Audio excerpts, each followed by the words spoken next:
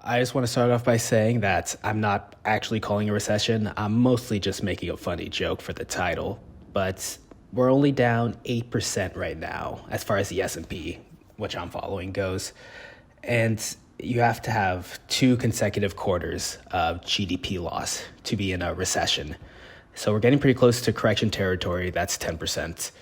And I'm not calling a recession. I'm a person who lives in his garage. So this is not financial advice, of course. But we are seeing a lot of uncertainty in the markets. I think this is the most that hedge funds have ever taken out of the stock market since March of 2020. So there's a huge amount of rich people who are just uncertain about what's going to happen as far as policy going for tariffs.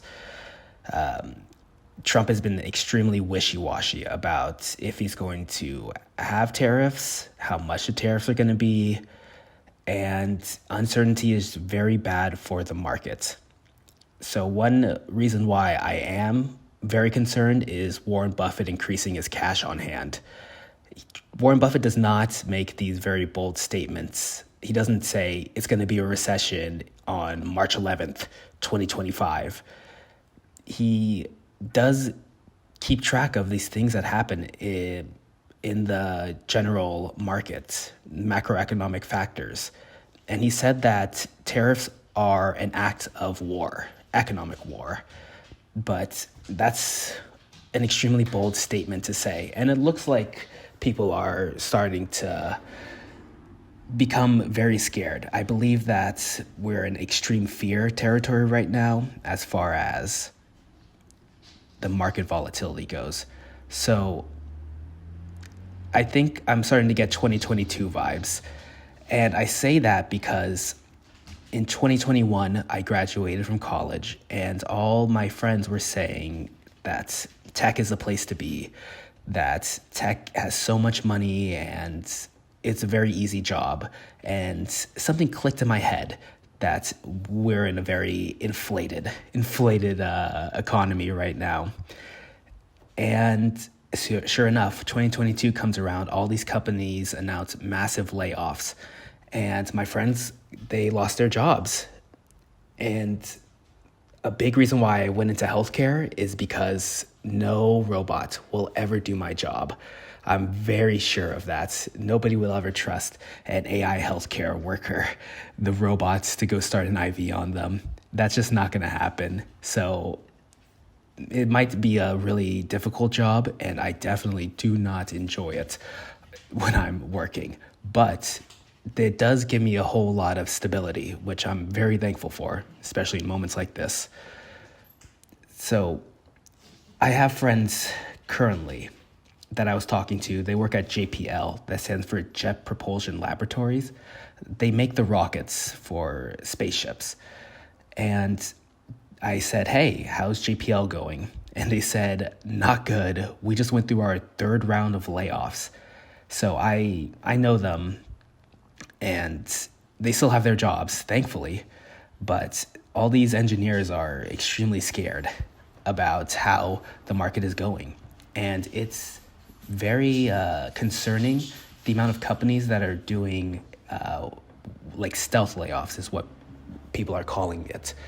Essentially, they're offering people to voluntarily leave their jobs for a very generous compensation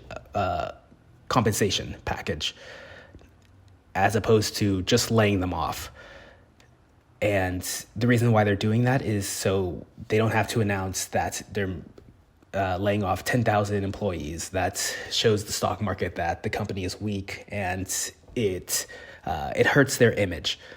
So as opposed to that, they're offering these compensation packages for people to just voluntarily leave their jobs. It makes the company look a lot better.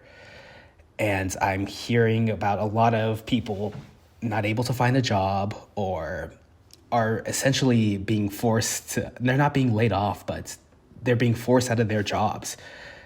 And these are the people that I talk to, and from stories that I hear online. It's a very concerning image to me.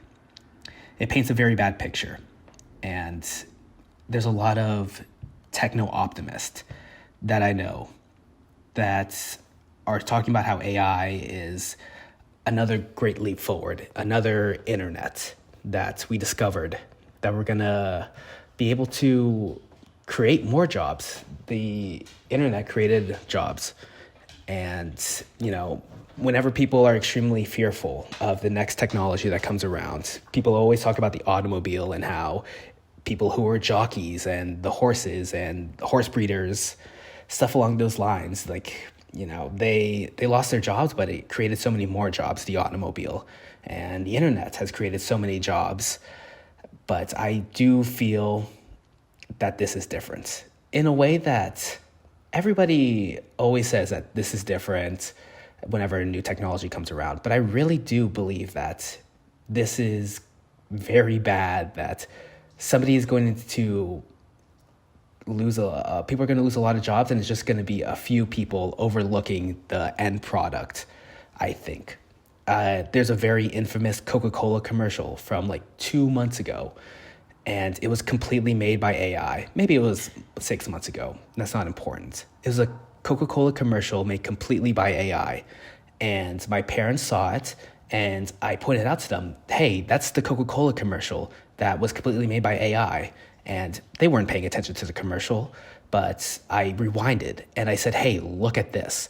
And they're like, oh, yeah, I guess it is kind of weird. This is just AI. It kind of just looks funny. It doesn't look right. And this is a commercial where people are not paying attention to it. So I'm not concerned about AI movies, but I am concerned about stuff like the advertising. My parents didn't notice that it was an AI commercial. They just know, oh, it's a polar bear and it's a Coca-Cola commercial. But it's very concerning, those animators losing their jobs just to make some AI slop. It paints a very bad picture for me.